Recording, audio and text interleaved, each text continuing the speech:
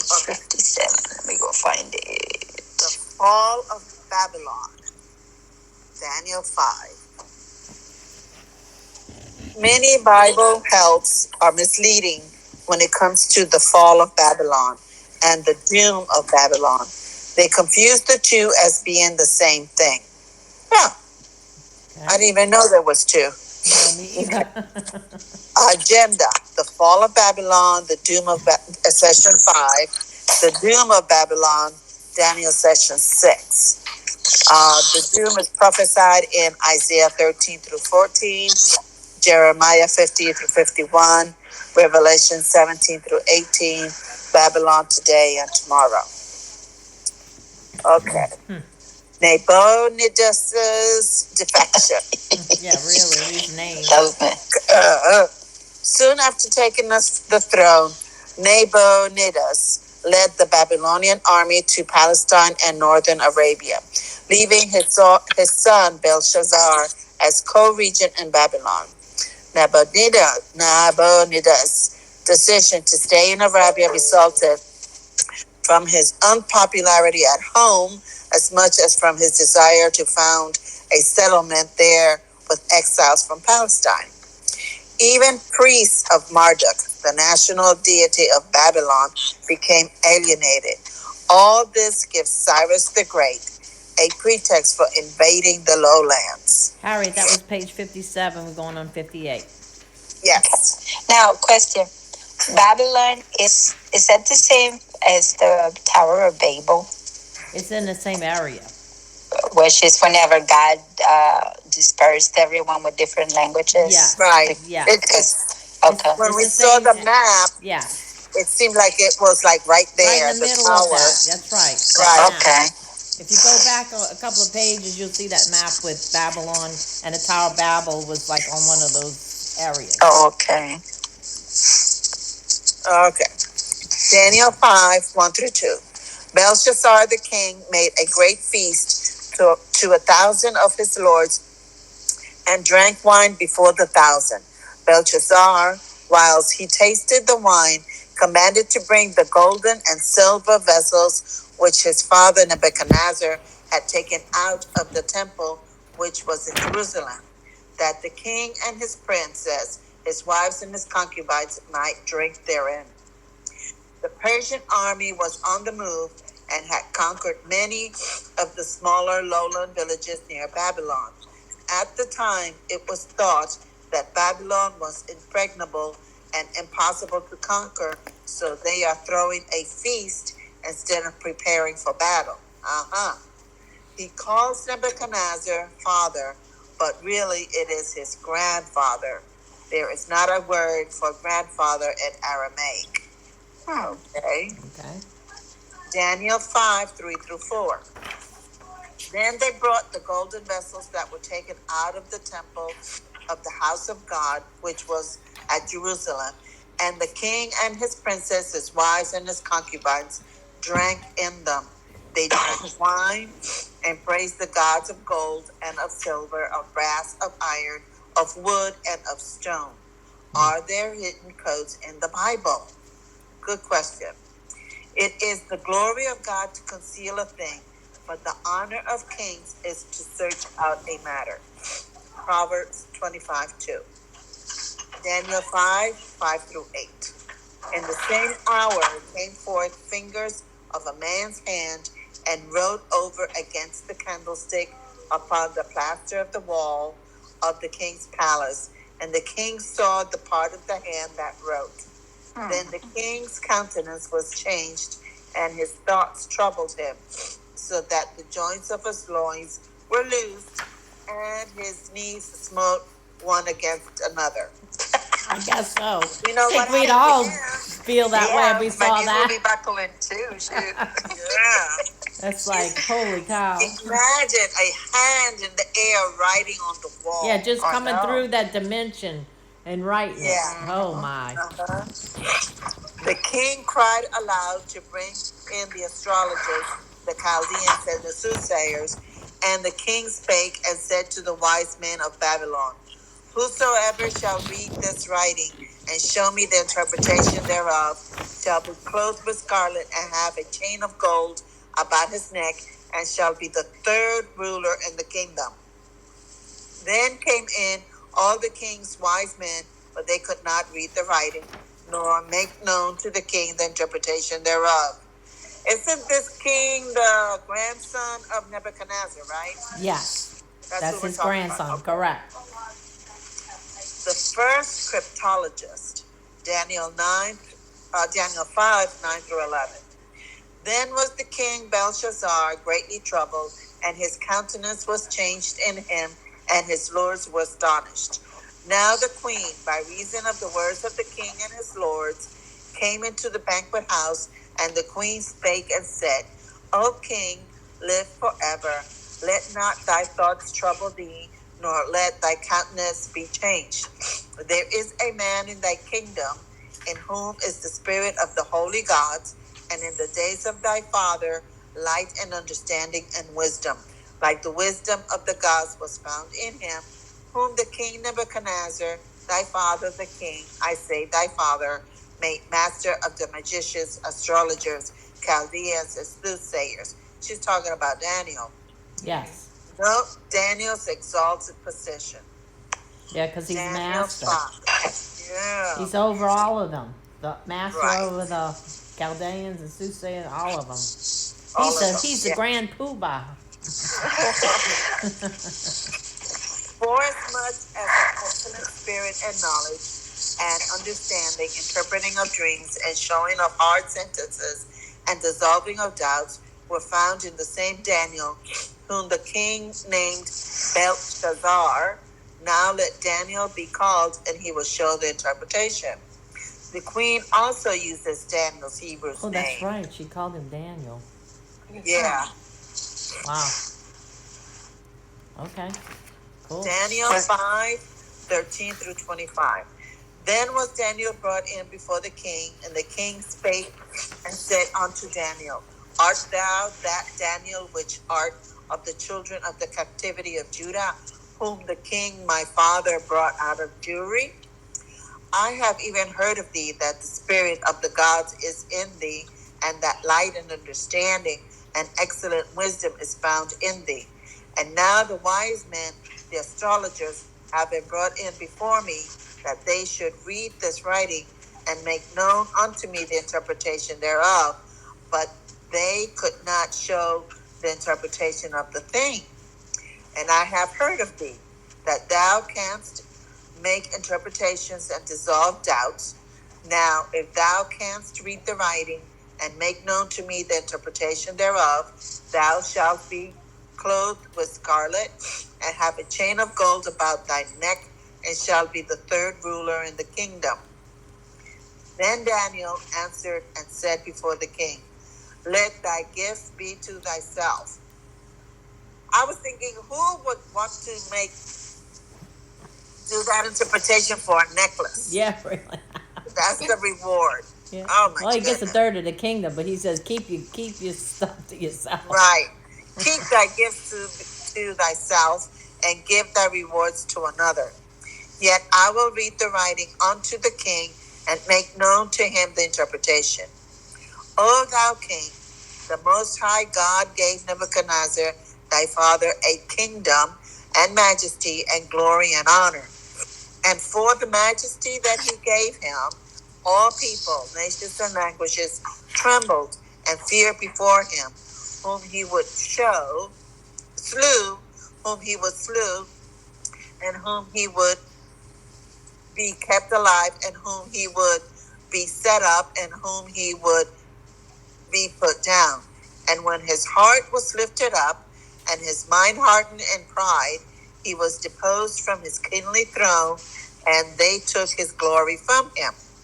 And he was driven from the sons of men, and his heart was made like the beasts, and his dwelling was with the wild asses.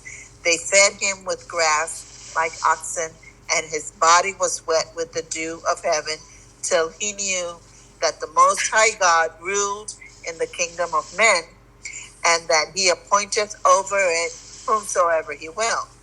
And thou, his son, O Belshazzar, has not humbled thy heart, that though thou knowest all this, but hast lifted up thyself against the Lord of heaven, and they have brought the vessels of his house before thee, and thou and thy lords, thy wives and thy concubines, have drunk wine in them, and thou hast praised the gods of silver and gold, of brass, iron, wood, and stone, which see not, nor hear, nor know, and the God in whose hand thy breath is, and whose are all thy ways, hast thou not glorified.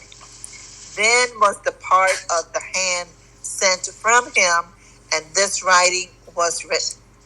And this is the writing that was written. Mene tekel upharsin. The word mene means numbered or reckoned, and the word tekel means weighed.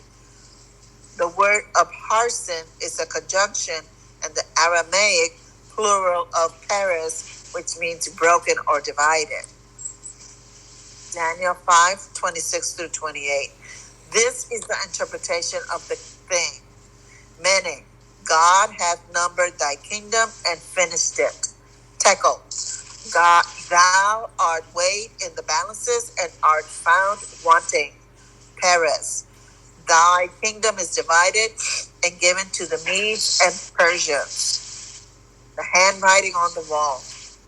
There are two different presumptions by rabbis on the interpretation of the writing on the wall. The Talmudic assertion had written vertically and backwards, while other ancient traditions assume Atbash encryption, which is what we see here in the picture. Right. Atbash.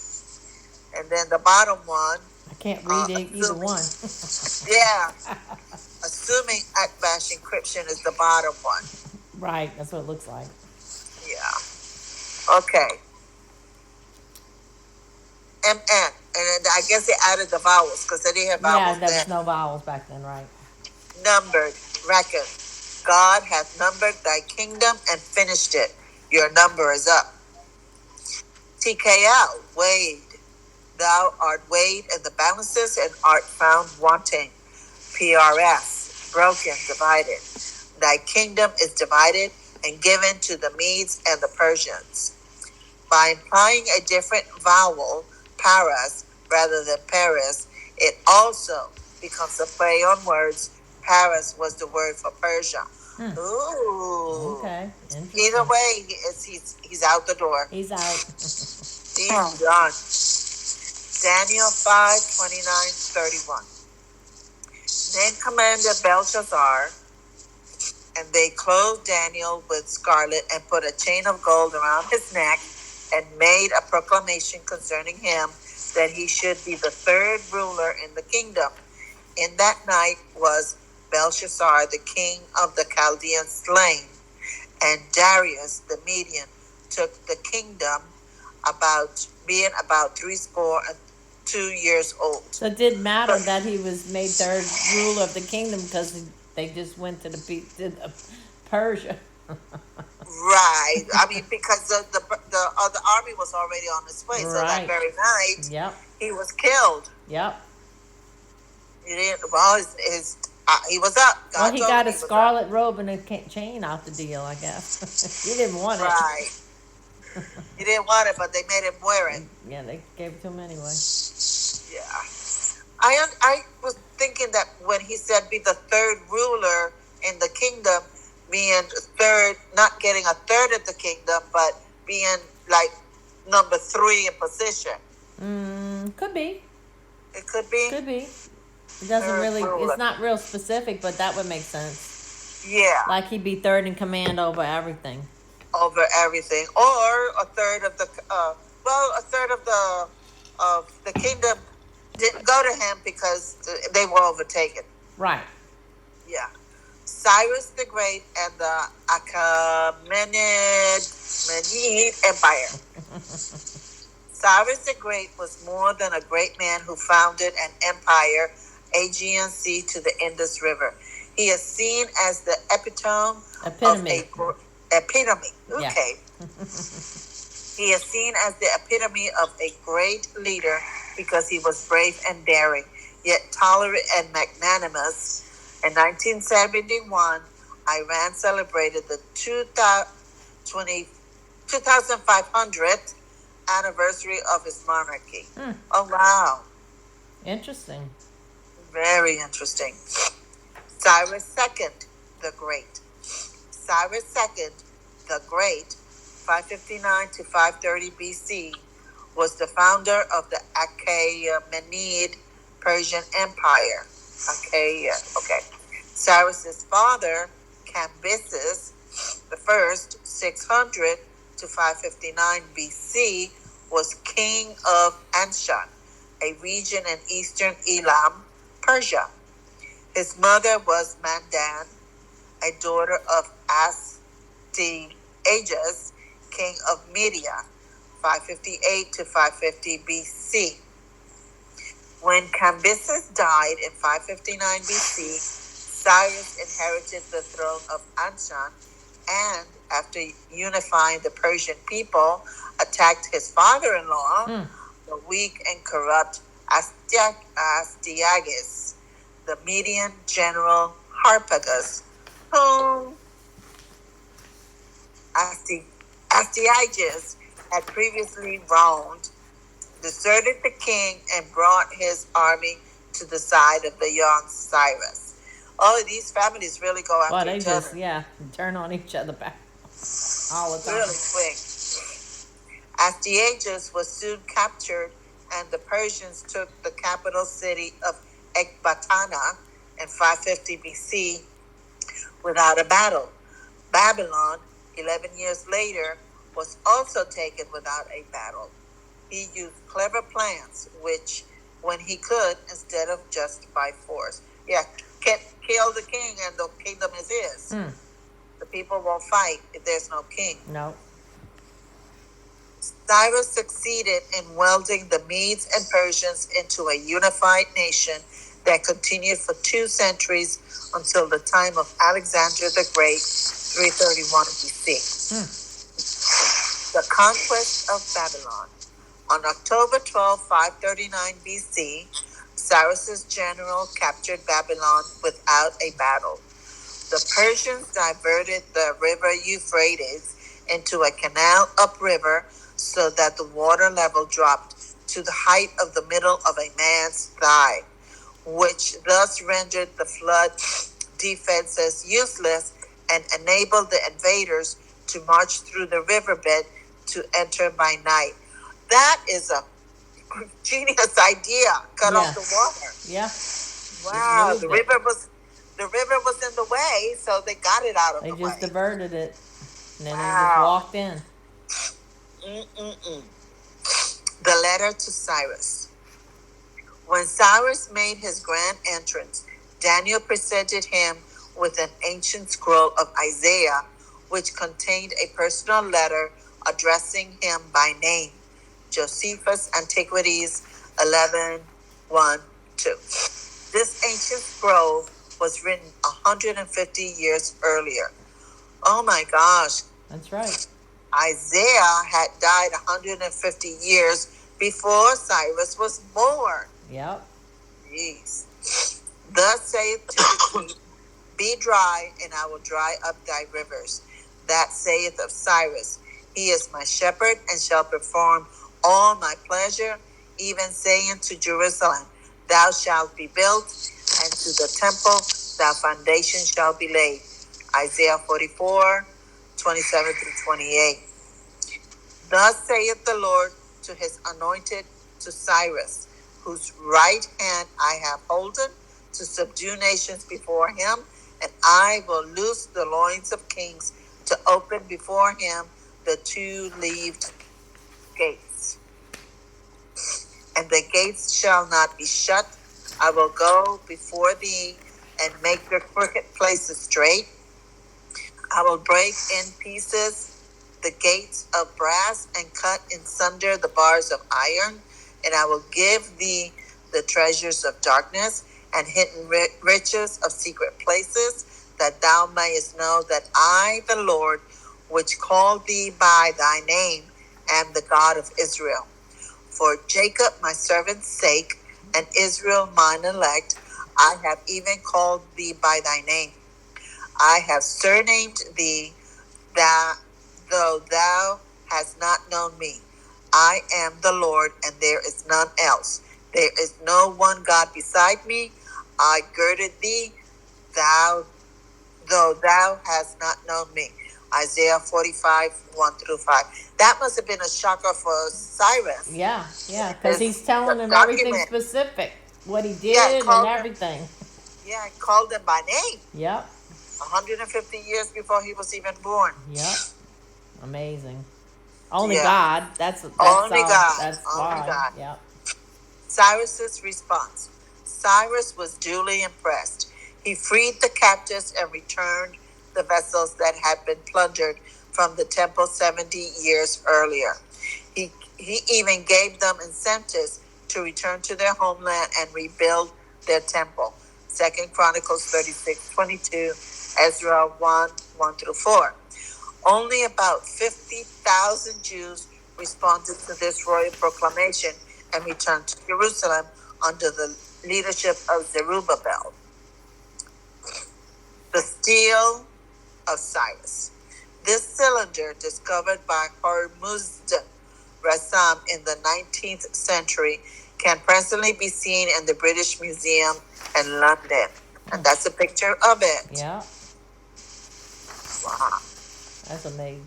Amazing how they have such things that just coincide and prove everything that we Right. know. That's amazing. And I think that the Lord kept these things. Yeah. That we can see them today to really say this actually happened. Right. Right. It's history. It's not just a fable. Right. Without any battle, he entered the town, sparing any calamity. I returned to sacred cities on the other side of the Tigris, the sanctuaries of which have been ruins for a long time, and established for them permanent sanctuaries. I also gathered all their former inhabitants and returned them to their habitations.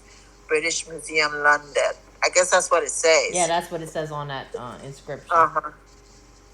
Thus saith Cyrus, king of Persia, the Lord God of heaven hath given me all the kingdoms of the earth, and he hath charged me to build him an house at Jerusalem, which is in Judah.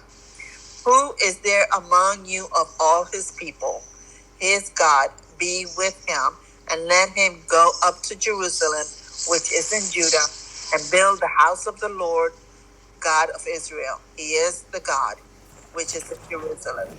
Ezra 1-3. The decline. Cyrus claimed the title King of Babylon. He made his son Cambyses as his viceroy in Babylon in 538 BC. Things remained peaceful until his death in 522 BC. In the reign of Darius II, 521 to 486 BC, a further return of exiles to Jerusalem was allowed. His rule did not go unchallenged, and several local Babylonians controlled the city for varying periods, usually taking the throne name of Nebuchadnezzar to bolster their claims.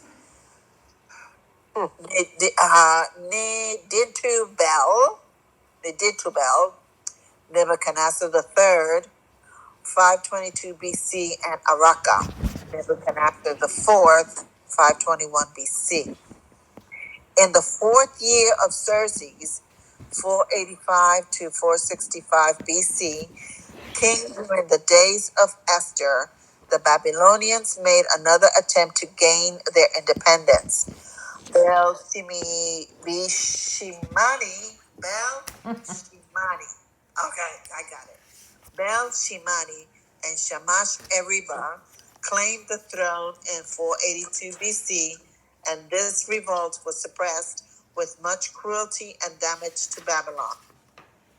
On his visit in 460 BC, Herodotus A writer known as the father of history reported that the city was virtually intact.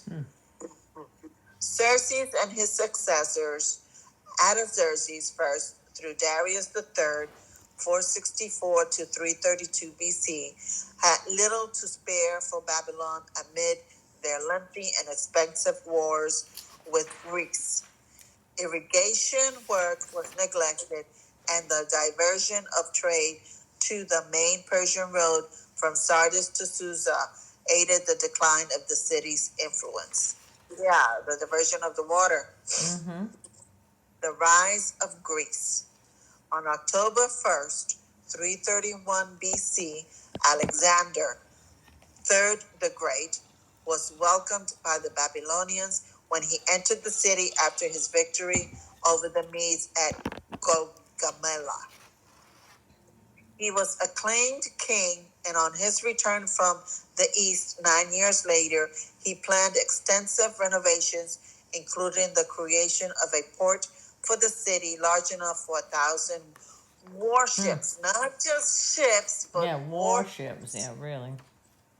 Uh, Though the site of Esagila was cleared, work ceased on Alexander's ambitious plans at his death in Babylon on June 13, 323 BC. The career of Alexander is detailed in advance in Daniel 8 and his successors in advance in Daniel 11. Alexander died at the age of 32, and the Greek Empire took 22 years to divide.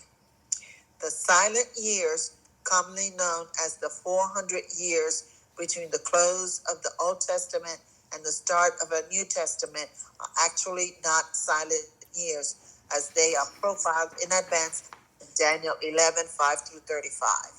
Okay. Okay.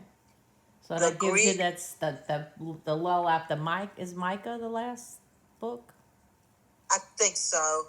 Between that and then the first gospel. Yeah. Okay. The Greek Empire. There was a lot happening. Daniel knows all about it. Daniel's the man. Yeah. Alexander is succeeded by his four generals: Yep. Cassander, Macedonia and Greece; Lysimachus, Thrace, Bithynia, most of Asia Minor; Ptolemy, Egypt, Cyrene, Arabia. He sponsored the Septuagint translation, LXX 270 BC. Seleucus, Syria and East India; Antiochus Epiphanes, the little horn of Daniel 8. Atrophy and decay. Atrophy and decay. The foundation of a new rival capital city, Seleucia, on the river Tigris, expedited the decline of the ancient metropolis of Babylon. The dispersal of Jews from Babylon is reported by Josephus, Antiquities 18:9, 6 through 9. Okay. The city subsequently underwent a gradual decay, even though the ruins remained occupied. Documents on clay from a school for priests in the city continued at least until AD 100. Early in the 1st century AD, a colony of merchants from Palmyra brought brief prosperity, but they left after AD 75. Garner, page 7 through 8. The city was visited by Emperor Trajan in AD 115. Babylon was first reported deserted by Septimus Severus 84 years later in 199 AD. As recent as the 1800s, the village of Hilla, containing over 10,000 inhabitants, stood at the site of ancient Babylon.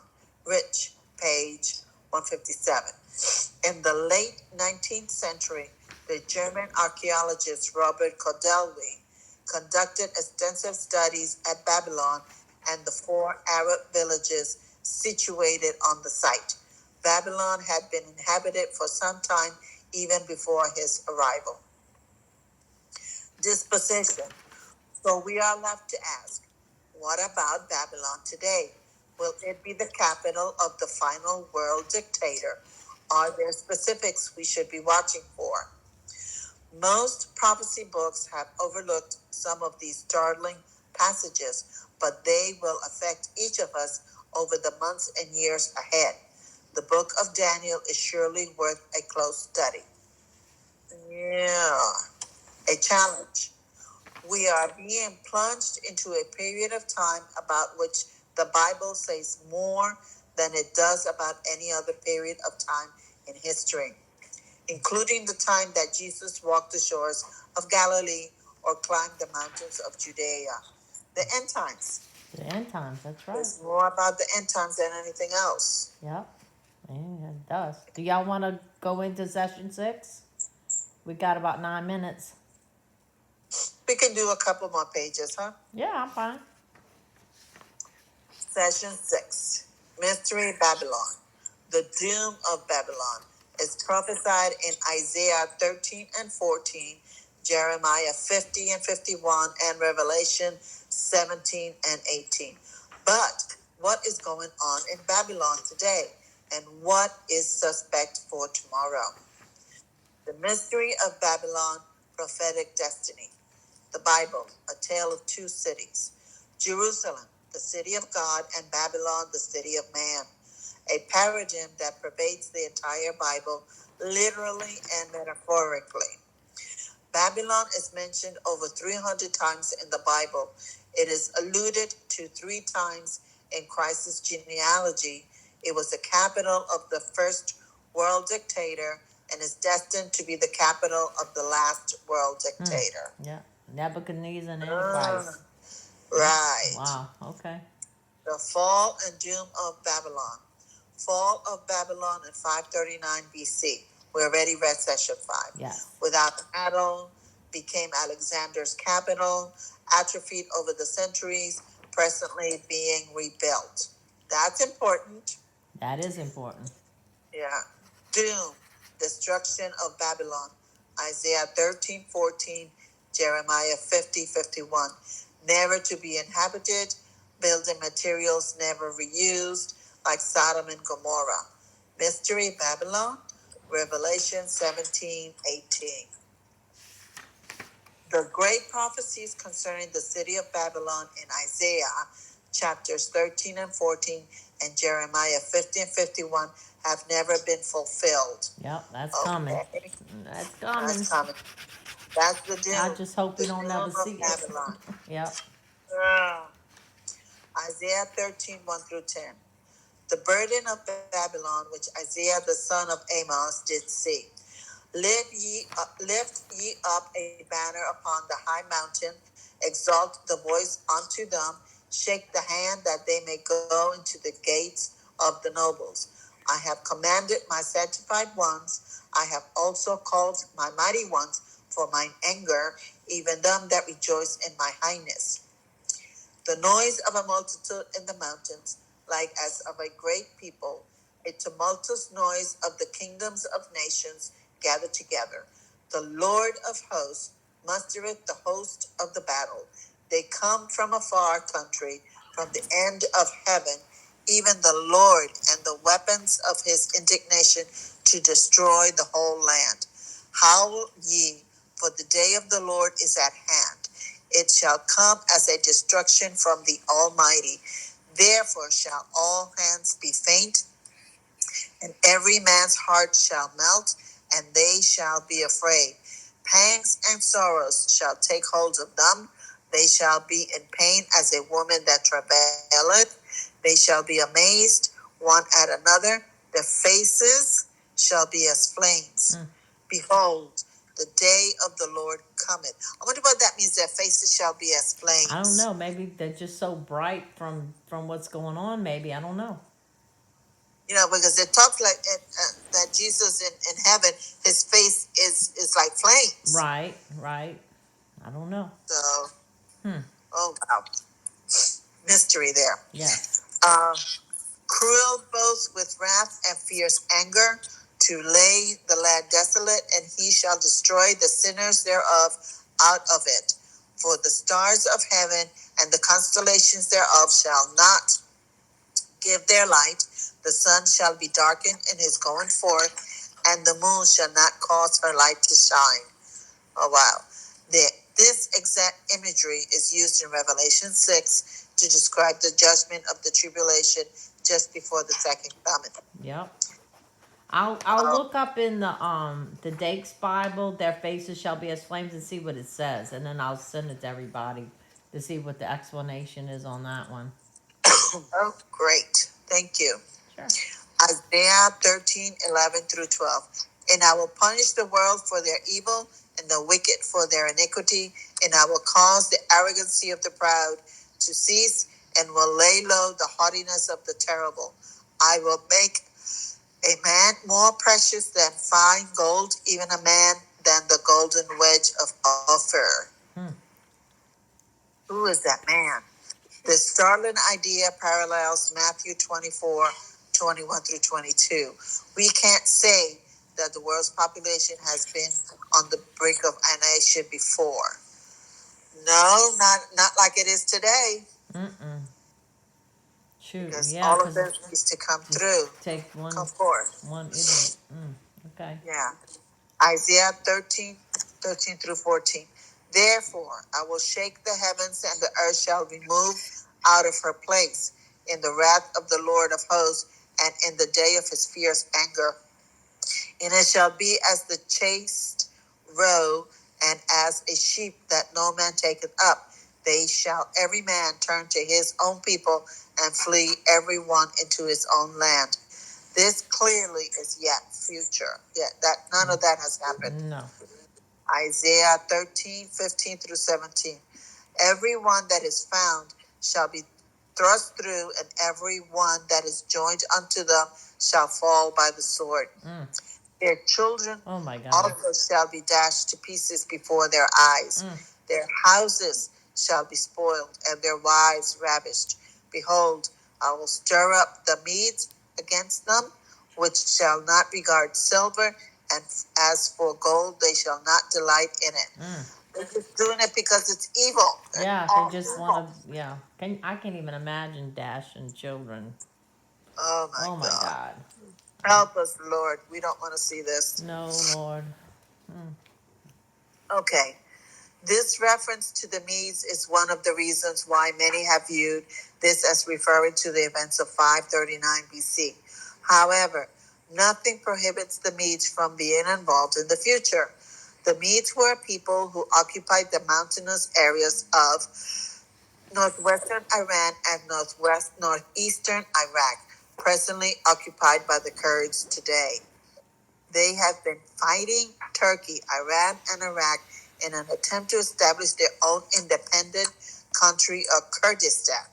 Hundreds of Kurdish women and children were the victims of Saddam Hussein's poison gas attacks in 1987 and 88. I remember that. I do remember that. Yeah. So sad. The hatred by the Medes for the Babylonians runs deep. Okay. I'm going to read the ending of this page and up to Isaiah 13:20. Yeah.